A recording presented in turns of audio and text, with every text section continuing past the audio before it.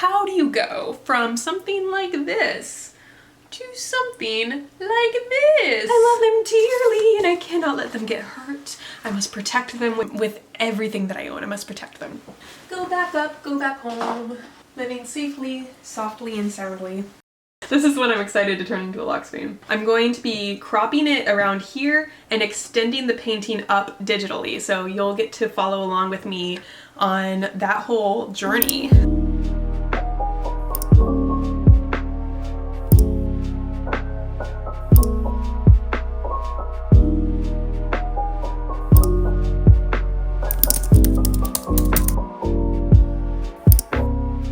We got some watercolors in the house and we are gonna make some lock screens. I'm so excited. I use one of my ink drawings in my lock screen just in my day-to-day. This says these things take time. I feel like it's an incredible avenue of connection, and what better avenue than to just be something that pops up on someone's phone when they go to check the time or their notifications, or ooh, what a beautiful little watercolor we have there. Very lovely and welcome reminder. I thought about making a cute little downloadable pack where people can just take some cute artwork to their lock screen and just have some natural inspiration throughout their day-to-day.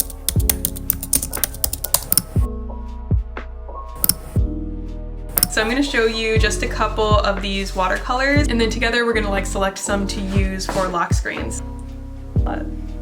See, I like these portraits. The cup of tea. I almost entirely want to use this one just because I'm actively drinking some tea right now. And the tea bag just makes me so happy. We got some spooky inspo. I'm gonna be giving away some of these prints on my Instagram story to the first 3 people that collect from my studio sale. One of my all-time favorites. It's just like, oh, I can't bring myself to sell the original just because of how much I love, love, love.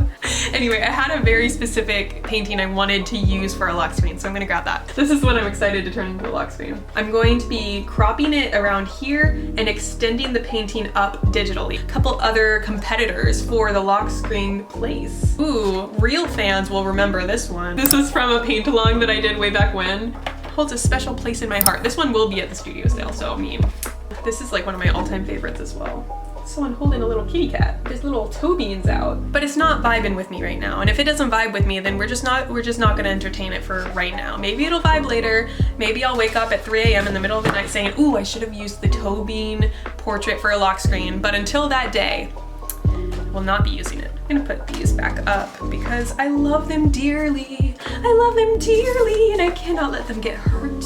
I must protect them with everything that I own. I must protect them. Go back up, go back home, living safely, softly, and soundly. The first step is scanning them in. So I have an actual scanner here. It was like 80 bucks on Amazon, super great investment. Before I had a scanner, I photographed them, and that's a little bit tricky to do with watercolors, but if you're using acrylics or oils, it's probably gonna be pretty easy. I can make an entire separate video on it. The thing that's tricky about capturing with watercolors is you're painting with water. The light tends to go right through it. You have a difficult time capturing the depth of color with photography, as well as with the pages being bent like this. It's really easy to get unwanted shadows, whereas if you've painted on a canvas, it's stretched flat, so it's a lot easier to work with. Another thing with watercolors, a lot of times you have the white of the page, and with the white of the page, a lot of times you love that texture, right? Whenever you edit it, sometimes that texture goes away. So it's really up to you whether or not you try your hardest to keep that texture. A lot of times I do. Let's scan these puppies in and get it going. Get a groove on, get a groove on. Oh my gosh, I don't know what I'm saying.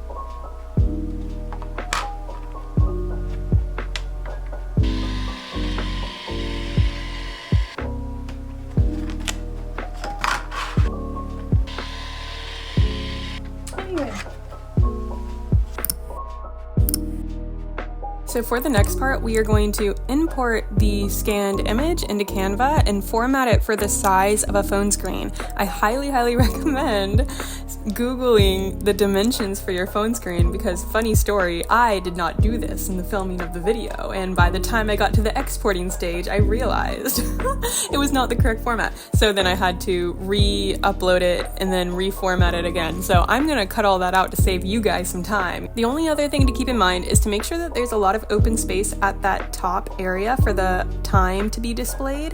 You want this space to be filled in later. You'll see later how we really make this blend into the top. top. Time to export it and airdrop to my iPad so that we can put this in Procreate and really make everything blend together and come all full circle. Now that I have this here, I think what I'm gonna do here is I am going to take this part of the window, duplicate it, flip it around to make the top part of the window because I want as much as that authentic feeling as possible. I'm gonna flip it horizontally. Yes, that's what I want. So now that I have this here, I'm gonna erase this white part, right? There we go. Erasey. I don't want to mix it up with this guy, so I'm gonna minimize that screen and minimize this color. There we go. See how easy that is? That is so much easier. The Nico rule, it's like my favorite brush. Anytime I use this brush, I'm like, oh yes, this is my brush. Get close to these edges. And it's okay, you can always recreate the edge later. Don't want to touch that edge though. So yeah, there we go. And then I'm gonna take all of you out, take you out. We don't need you here. We don't want you here. I'm kidding, that was awfully cruel of me to say because I'm gonna put you right back. Now that I have that here, let me bring this guy back. Perfect. So I've selected this tool. Now I'm gonna move you around. Do I like that? I don't know. I don't know if I like it. I don't know if I like it. What if I flip you this way? That looks better, doesn't it? Oh yeah, that's a lot better. Yes! Okay, so now I need this orange color. You can just use the color picker. I use this shortcut right here. And let's see. I'm going to choose, what am I going to choose? Because they technically have a watercolor brush, but I don't trust it. I feel like that watercolor brush is out to get me personally. It could be okay for you. Maybe you guys don't have that kind of relationship that I have with that kind of brush, but it is what it is. So I'm gonna use the soft pastel instead. Easy as pie, right? So I'm gonna use soft pastel. What else do I want to use? What if I use, what else do I want to use? Artistic. Ooh, I like this Terralia brush. Oh yeah, this is an absolute watercolory kind of effect. This is the one that I will make love to and marry. I'm gonna use more of this color. Oh yes, that's what I'm talking about. This is my life. Just color in a little bit more of this blue. I'm trying to make it look as natural as possible. So I'm trying to make as few moves as I can and just kind of like using all of this to paint in what I want to see here, right? And ultimately, like, this is going to be hidden behind that number of what time it is, so I think it'll be mostly fine. Yeah, there we go. It just needs to be somewhat convincing, right? It doesn't need to be perfect. If I try to be perfect, I'll be here all day. I don't want that. No one wants that. Yes, that's the edge that I want. That's what I'm talking about. Do I like that? I literally just said it's what I wanted, but maybe it's not what I want. Maybe in comparison to the rest of the drawing or painting, it is not what I want. Yeah, that's a little bit rough. That's rough, buddy. You know what I want it to do is I want it to be pulled down. I'm gonna be pulled down even more. What if I connect you guys? What if you guys become best friends? What if you guys are not friends?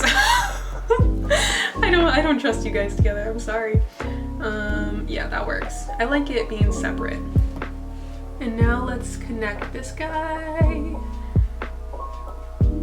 Oh yeah, this is what I'm talking about. That's, yes! See, the whole thing about being an artist is you're constantly chasing this aspect of magic. That's how I see it, at least. Whenever I'm painting, I'm looking for the magic, and you just kind of gotta be inside your little groove for long enough to find the magic. And then once you find the magic, every single element that you paint next needs to be in favor of that magic. It has to make that magic come to life even more than it already is. So I did create 2 different lock screens while filming this, and I think that this painting titled English Breakfast is a great example of how to add text into your piece as well. So I'll kind of show you how I add text to this painting and how that translates into a lock screen as well. When choosing how to add text, you can either add it by the text feature or you can handwrite it. I chose to handwrite it. When choosing a brush, I chose a couple different selections and just kind of tested tested out each brush and tried to see which one seemed like it matched the style of the piece best. And then I tried a couple different textographies. I moved the text around to kind of see where I would like it. I played around with brush settings just a little bit to see if I could manipulate the tapering of the edge to be exactly how I liked it.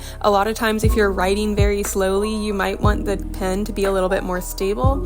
And then if you're drawing very quickly, you want it to track your movement more quickly. So that's kind of how you can tell what kind of settings you should set your brush to. The last tool that I used in creating the text would be the clipping layer. So essentially I wrote the tea time text just by itself with a flat pen brush, and then over top of it, to add some texture, I chose a watercolor-esque kind of brush, and then I splattered some paint, or digital paint, everywhere on top of it, and then I clipped that layer so that it showed only on the text itself. It kind of gave the text a little glowing effect. By the end of it, the lock screen came out somewhat like this. Time to airdrop this to myself and see how it looks as a lock screen. Alrighty, so there it is in my photos. Let's go ahead and compare. My heart! I actually love that. That is something special. Oh my gosh, I'm so excited about this. This actually looks really nice. As a reminder, I have these wallpapers in the description for you to download too if you'd like to. I also wanted to mention my Small Joys Club. It is one of my most favorite projects I feel like I've ever worked on, and there's a way for you to participate in this project too if you'd like. That joy doesn't have to be big to be impactful. Like, you can find contentment most often in the moments that you overlook. Join the Small Joys Club, you receive a postcard print in the mail, as well as a letter from myself that describes this small joy for you. And hopefully in receiving these letters and postcards, you can remind yourself to slow down and really find contentment where it already exists in your life, waiting for you to be noticed. So there's a link in the description for you to join there as well. As always, spending any amount of time here on my channel with me is a gift. It is truly a gift. Like, I wake up in the morning like so happy that I get to do this for you guys, that I get to share my artwork and make artwork. Listen, it's my calling. It's the reason why I'm alive. So it really, really is a gift. And for that, this humble artist says thank you.